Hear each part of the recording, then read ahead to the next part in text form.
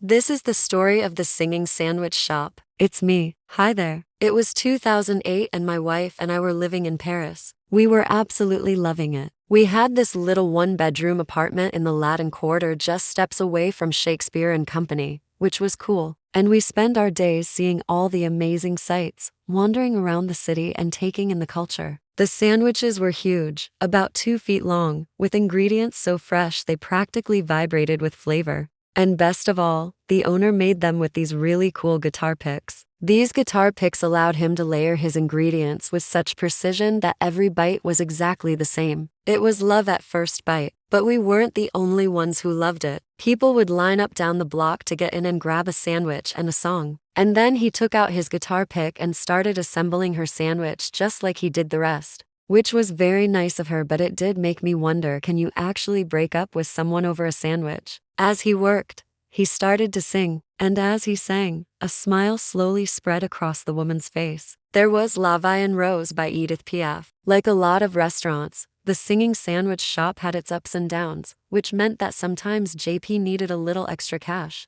Now, usually this sort of thing is free, but at the singing sandwich shop, JP charged €5 for an autograph, which seemed reasonable considering that he was happy to do drawings and caricatures too. Still, it's kind of awkward asking for money when you're paying for your sandwich. And sometimes JP would see someone walk in without any cash and feel bad. So he would just give them an autograph for free and let them pay him back whenever they could. Maybe you should ask the sandwich man. Confused, she left without paying. JP looked over at the tip jar and said, maybe I should start charging for those. He tried selling CDs of his music, but most people just wanted the CD so they could use it as a coaster. And I guess that's the end of the story, except it's not, because this is actually my story. I'm not gonna lie. It is pretty crazy that I found a sandwich shop in Paris run by a rock star who serenades his customers while he makes their food. But I am telling this story because I think it'll inspire other small business owners who feel like they are just another face in the crowd to remember to bring their unique talents to work and never forget to follow their dreams. He said he was new in town and just moved into the apartment upstairs, and while they were bringing in a big screen TV, he tripped and broke it. Not wanting to tell her that he broke the TV, he blamed it on her and she stormed out of the apartment.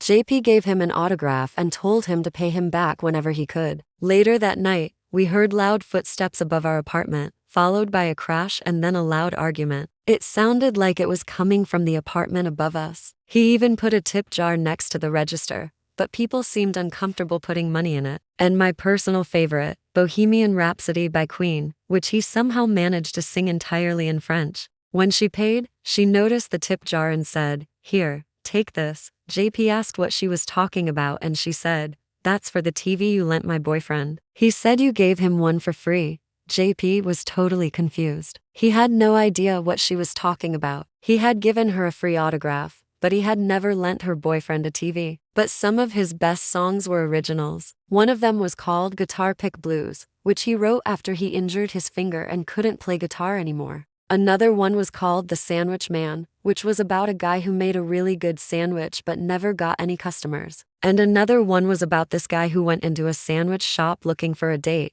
but all the women working there ignored him, even though he was tall, handsome, and rich. That last one was obviously me. He finished the sandwich and handed it to her, and she took a bite and her eyes lit up. Then she looked over at her boyfriend and said, "You know, this sandwich reminds me of you. You're both cheap and covered in mustard." With that, she tossed the sandwich at him and walked out of the store.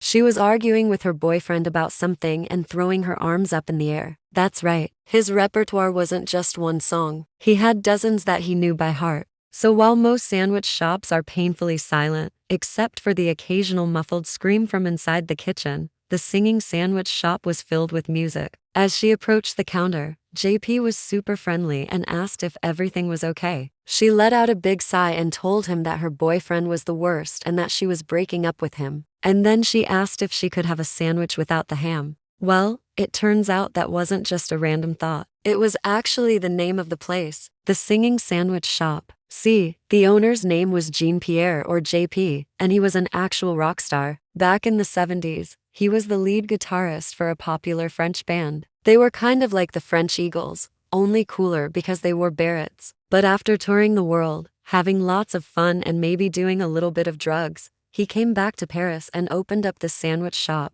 So after a while, my body started to rebel against the gorgeous pastries and delicious but heavy French cuisine. I started to crave something light and healthy, like a sandwich. But don't get me wrong, I still wanted it to be delicious, if not even more delicious than what I'd been eating. He wanted to share his passion for music and remind people to always follow their dreams no matter how crazy they seem. So he named it the Singing Sandwich Shop and hung up his old tour posters to decorate the walls. He even put up a stage and a microphone in front of the counter so that each customer got a private concert with their lunch. After trying a few different places, we found this cute little sandwich shop near our apartment. In fact, the only thing that could have made it better was if the guy had been singing while he made them. He didn't want to call it just another sandwich shop. It was just a couple months after we moved to Paris, and we were already regulars. It was so fun to go in and hear JP sing. One day, we went in and there was this woman waiting in line who was clearly upset. JP smiled and said, "Of course, ma'am, anything you want."